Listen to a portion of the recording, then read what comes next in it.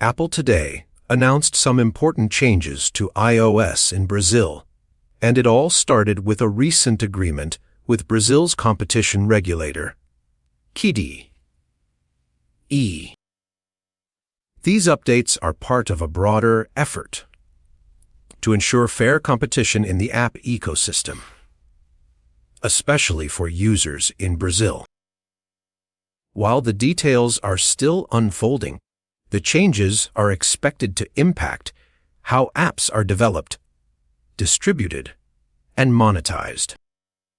For Apple users in Brazil, this means a more transparent and competitive environment for both developers and consumers.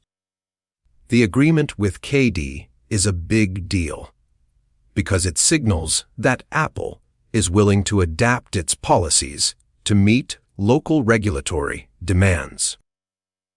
Brazil has been pushing for greater control over digital markets, and this move is a step toward balancing the interests of developers, users, and the government. The changes to iOS are not just about compliance. They're about creating a more level playing field for all parties involved. One of the key areas affected by these changes is in app purchases.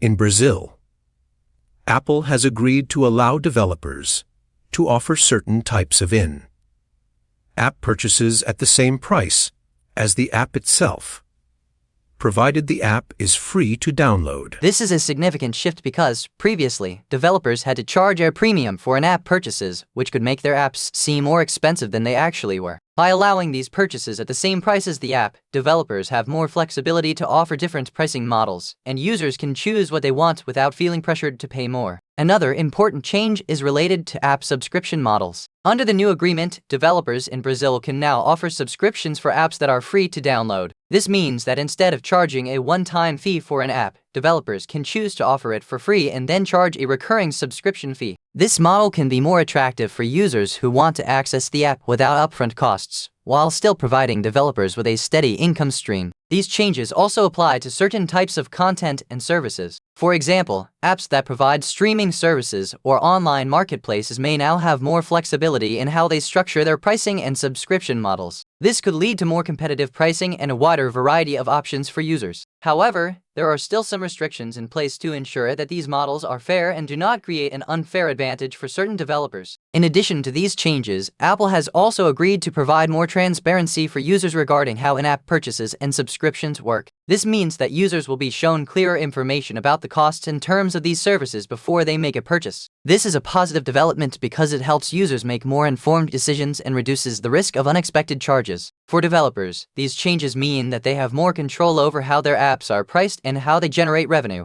This can lead to more innovation and better products for users. However, it also means that developers need to be more careful about how they structure their pricing models to ensure they remain compliant with local regulations. It's worth noting that these changes are part of a larger trend in the tech industry. Many countries are taking a closer look at how tech companies operate and are pushing for greater transparency and fair competition. Apple's move to adapt its policies to meet the needs of Brazil is a reflection of this trend and shows that the company is willing to make changes when necessary. For users in Brazil, the impact of these changes could be both positive and negative. On the one hand, they may benefit from more competitive pricing, better transparency, and a wider range of options. On the other hand, there could be some short-term disruptions as developers adjust to the new rules and as the app ecosystem evolves. However, over time, these changes are likely to lead to a more balanced and fair environment for everyone involved. In summary,